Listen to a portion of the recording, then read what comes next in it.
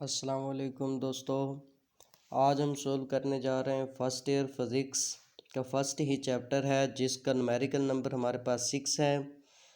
Statement में वो हमारे पास कहता है कि what are the dimensions and units of gravitational constant G in the formula F is equal to G m1 m2 over R square. ये उसने हमारे पास फार्मूला दिया है। वो कहता है कि इसमें एक तो आपने डायमेंशन मालूम करनी है जी की, और दूसरे नंबर पे ग्रेविटेशन कांस्टेंट के यूनिट्स भी मालूम करने हैं। तो इसको सिंपल हम सोल्व करना शुरू करते हैं। तो हमने जी की वैल्यू मालूम करनी है, तो जी को हम एक तरफ कर लेते हैं और बाकी सब वैल्यूज़ को एक तरफ कर लेते हैं। G is equal to F R square over हमारे पास क्या आ जाएगा m1 m2। ये जो सब वैल्यूज़ हैं ये इस तरफ चली गई और ये जी एक तरफ अकेला रह गया है। तो इसकी डायमेंशन मालूम करते हैं सबसे पहले। तो F होता है फोर्स, तो फोर्स हमारे पास सिंपल होता है F is equal to M A. तो इसकी जगह पे हम पुट करते हैं M A R square over m1 m2। तो मैथ की डायमेंशन तो हमें पता है वो क्या होती है, कैपिटल M होती है। तो ये आ गया एक्सेलरेशन आ गया। एक्सेलरेशन हमारे पास होता है A is equal to V over T, या फिर हम इसको ऐसे भी लिख सकते हैं कि D ओवर टी स्क्र। तो इसको हम ऐसे लिखते हैं कि D ओवर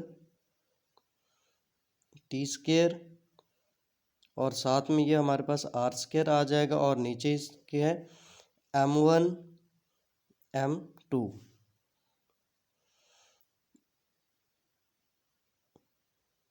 ये मैथ की डायमेंशन आ गई, और डी की हमारे पास डायमेंशन होती है एल। तो ये एल की डायमेंशन आ गई, और ये जो टी है ये नीचे चला जाएगा। और आर की हमारे पास डायमेंशन क्या होती है, आर भी एक लेंथ ही है जिसका भी स्क्वायर है। तो इसको हम ऐसा करते हैं कि लेंथ की डायमेंशन लिखते हैं और उसके ऊपर स्क्वायर लगा देते हैं, और इनके ओवर में आ जाएगा मैथ की डायमेंशन m1 की आ जाएगी। और डायमेंशन में जब भी लिखना है तो आप नंबरिंग नहीं करनी, और नीचे टी स्क्वायर का भी हमारे पास टी आ गया। तो अब हम इन सब की डायमेंशंस लिखते हैं। m आगे आ जाएगा l की पावर 3 आ रही है हमारे पास, और नीचे क्या आ रहा है हमारे पास m मल्टीप्लाई भी m की डायमेंशन, और साथ में t है तो टाइम के लिए कैपिटल टी यूज़ करते हैं डायमेंशन के लिए। तो इसका क्या है, स्क्वायर है।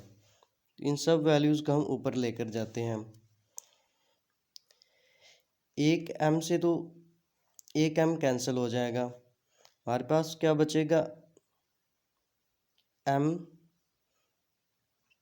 की पावर -1 आ रहा है, l की पावर हमारे पास आ रहा है 3, और टाइम की भी पावर माइनस में चली गई। वो इनको एक ब्रैकेट में लिखते हैं, तो ऐसा करते हैं कि m -1 l की पावर 3 और टाइम की पावर हमारे पास -2 है, और इनको एक बड़ी ब्रैकेट में लिख दिया।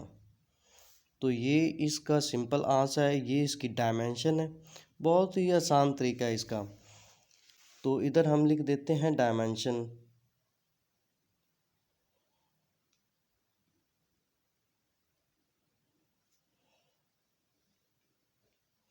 तो इधर हम नीचे सोल्व करते हैं इसका यूनिट।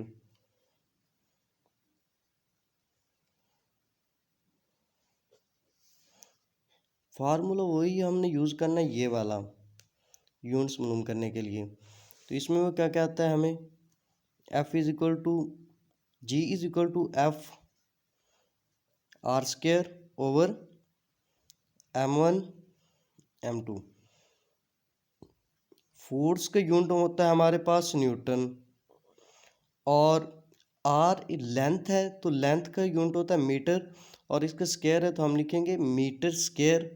और नीचे हमारे पास आ जाएगा मास का यूनिट होता है केजी, और ये 2 टाइम केजी आ जाएगा।